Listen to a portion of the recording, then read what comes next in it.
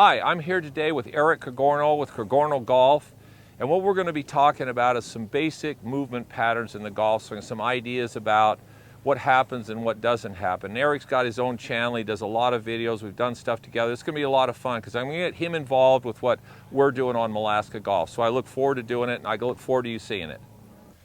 All right, guys, so let's talk today in this video about how the hips work during the downswing. Mike, thanks for having us out here today. Great, Eric. Appreciate it.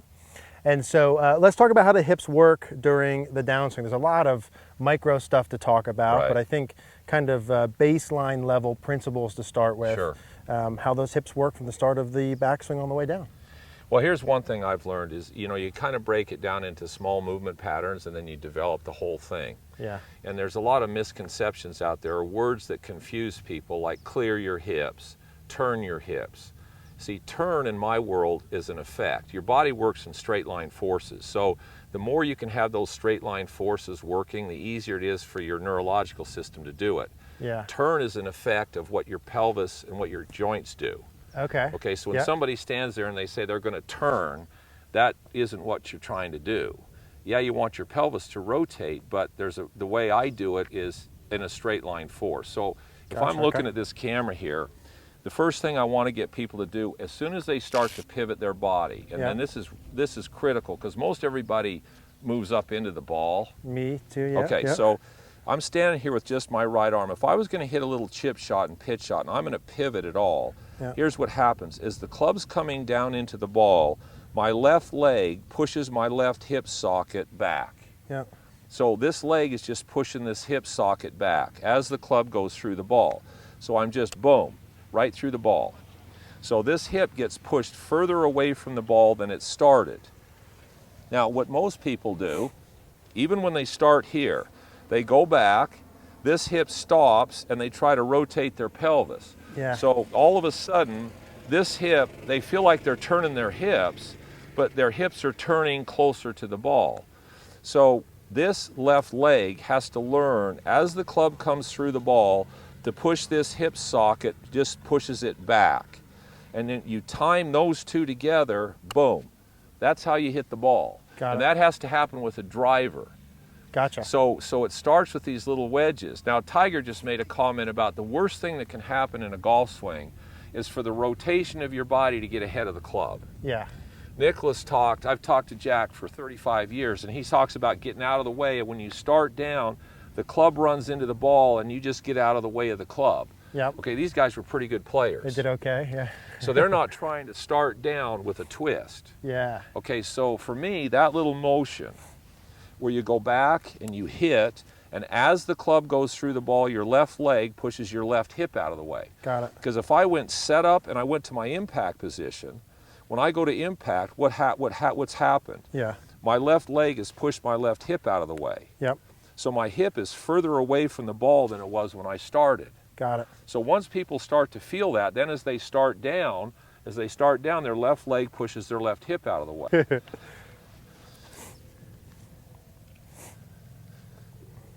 Okay, so here's what we're going to do. Yep. We're going to make a practice swing first. So we got a 7-iron, but we're going to hit it like a pitch shot. Okay. So you go up, you swing up. Now as you come down, as the club's going through the ball, your left leg has to push your left hip out of the way. Got it, okay. Do it again, just a little practice swing. That's how far your left hip has to get pushed back. Got it. So your weight now is going, or force is going into your left heel. Yes. Okay, so now set up to the ball, and we just get a little chip shot. Sure. And I'm going to make your hip do what it's supposed to do. Okay, a little one, here we go. As the club goes through the ball, that's how far back you feel how far back your hip's going? Yeah, big time. Okay. Feels good. But that's not exaggerated. See, people, they're not used to feeling this. Yeah. Now, to tell somebody, like I say, turn or clear your hips doesn't get it. Gotcha. Your brain, your body doesn't really understand that. And when you say get out of the way, people start trying to get out of the way this way. It's really not getting out of the way. If you feel this force, push, push. And all you're trying to do is push this hip socket back. It's not straighten your left leg. Because look, I can go here, I can straighten my left leg and my hip didn't do anything. Yeah, yeah. So a lot of people are trying to go like this and straighten their left leg. It's not doing anything to their hip. Yeah. In fact, you want this leg to stay flexed because that's where this, now you're pushing up through the ground to push that hip back. Got it, okay. Exactly. So now if you're watching me from behind me, what happens is I go back when I start down, as soon as force hits this leg, boom, as soon as force hits this leg is then pushing this hip socket out of the way. So this hip socket never gets past that foot. Gotcha. So people who struggle with slide, that's because you've been trying to get up to your left side instead of get into your left side. So you put pressure in your left foot and then you push your hip back. Yeah. If my hip moves back, what does this hip do? It moves forward. Yeah. What did my pelvis just do? It rotated, not because I'm trying to turn. Yeah. And the other thing, when I push this hip back, my pelvis rotates, there's no pressure on my lower lumbar spine. Yeah. If I go here and I try to twist my hips, that's all lower lumbar spine.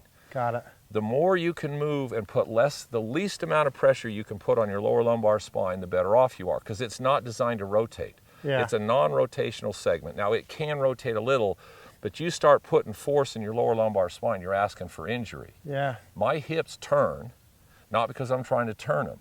That's because a byproduct. It's a byproduct of pushing your joints out of the way. Got it.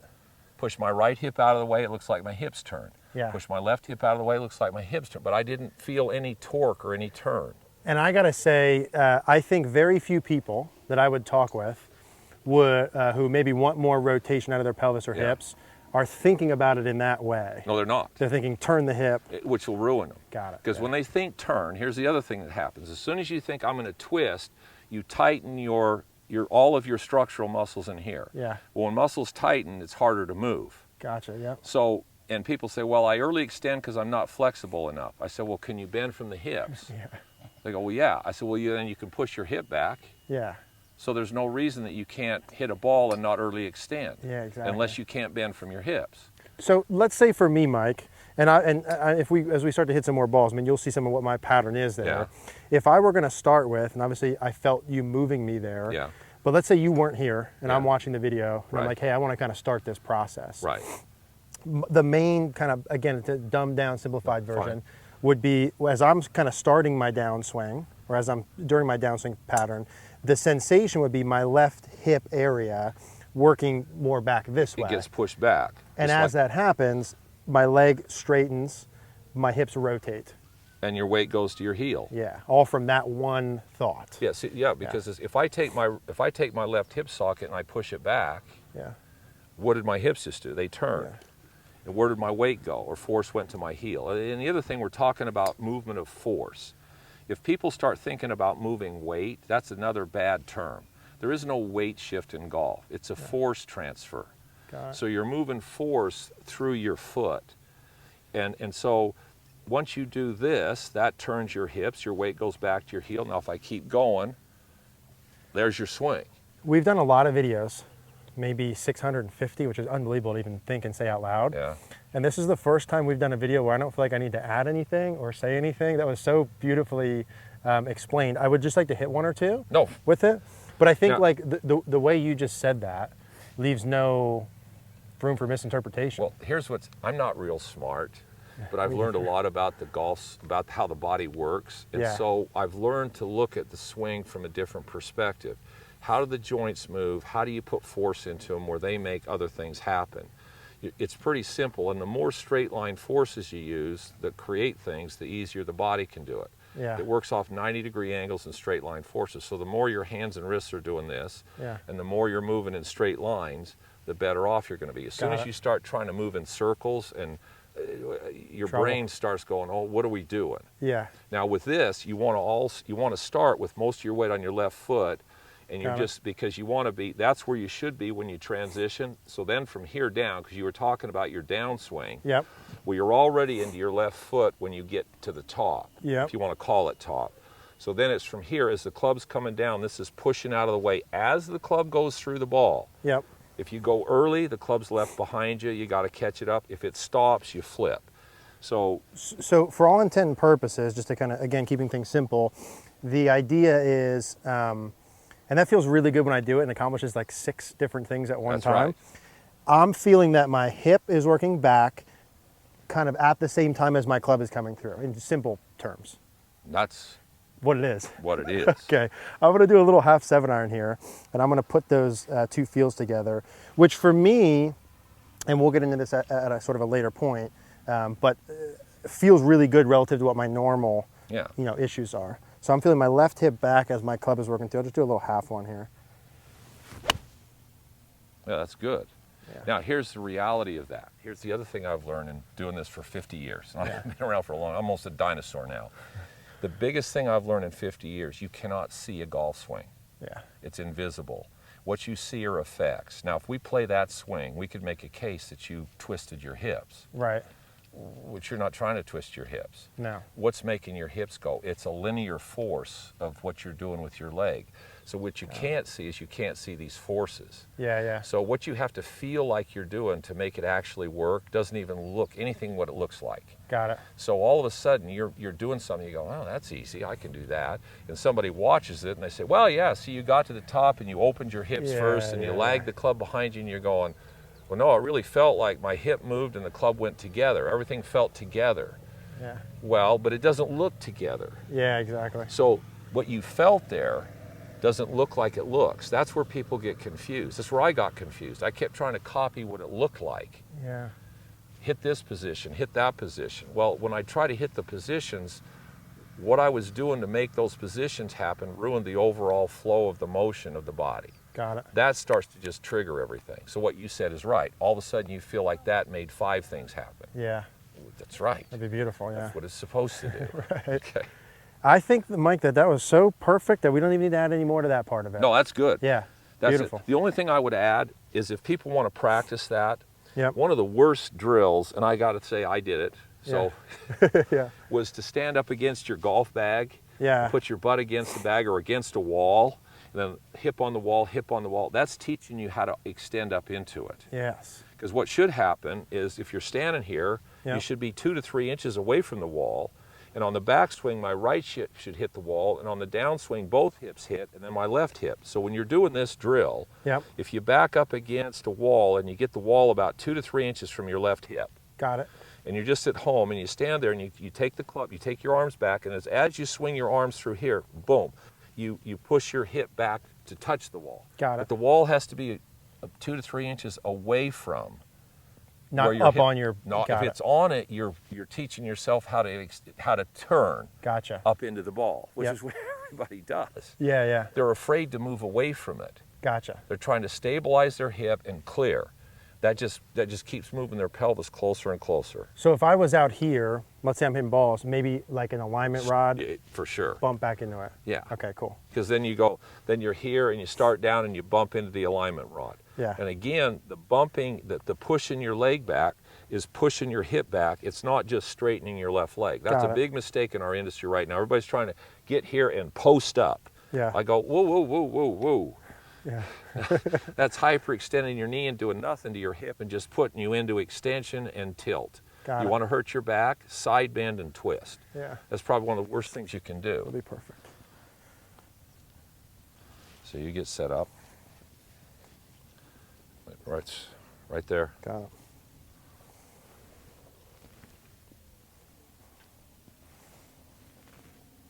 I'm going to do a little chipper here. Yeah. There you go. Yeah, that feels really... Here's the other thing, pal. Good. When you start timing what feels to be the momentum of the club and the push away, even though they're not timed the way you think they are, what that is that's the snap of the towel. Gotcha. So somebody wants to create speed. Well, if I hit you, if I do this with the towel, so if I just drag you through, but if I do that, all of a sudden you don't want me to hit you.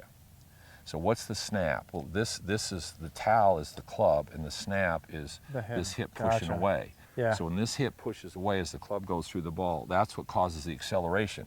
So if I want to hit the ball further, I do it all. This stays the same. This stays the same. It's just as the club comes through the ball, I just push away a little harder, which is like snapping the towel a little harder. Yeah. So I just go, and there's my speed. If I'm hitting a driver, if I want to really hit it hard, this holds and this holds, but then as the club comes into the ball, boom. I just push, and they time each other. Yeah. So you start to feel how the weight of the club and your body work, and you time those two things. You're never going to flip. Or when you get in trouble is when this gets out ahead of it or it's behind it. Yeah. So it's how do you feel in time and start to feel the momentum of the club in this, because those two, boom, that's where the acceleration comes from. Yeah. Most guys accelerate too early. Gotcha. Now, if you look at Matthew Wolf and all those, they accelerate too early, but then what do?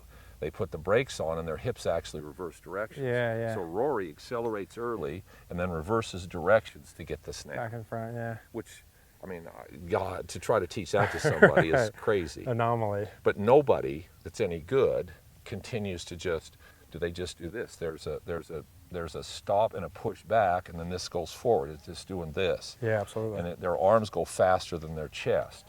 Yeah. And it's this pushing back that accelerates that forward. So they're opposing forces. Yeah, gotcha. Now, if you oppose them early, you start struggling with getting the club in the right arc. And I did that for a long time, where I did this and shallowed the club, and it caused a rebound effect. And if I timed it, I was good. But the problem was, it was hard to time it, and it was hard to control my distances. Because under pressure, you get a little jacked up, and I'd give it a little extra, and I'd look up, and Jesus, it's going way too far. Yeah. And you're sitting there going, get down. Yeah. I mean, defeats the purpose. Well, yeah, you got this extra yardage that you can't control. Yeah.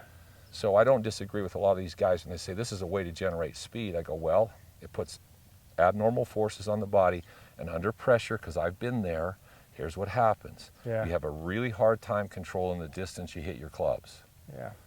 So I'm not sure it helps to have more speed if you can't control it. No.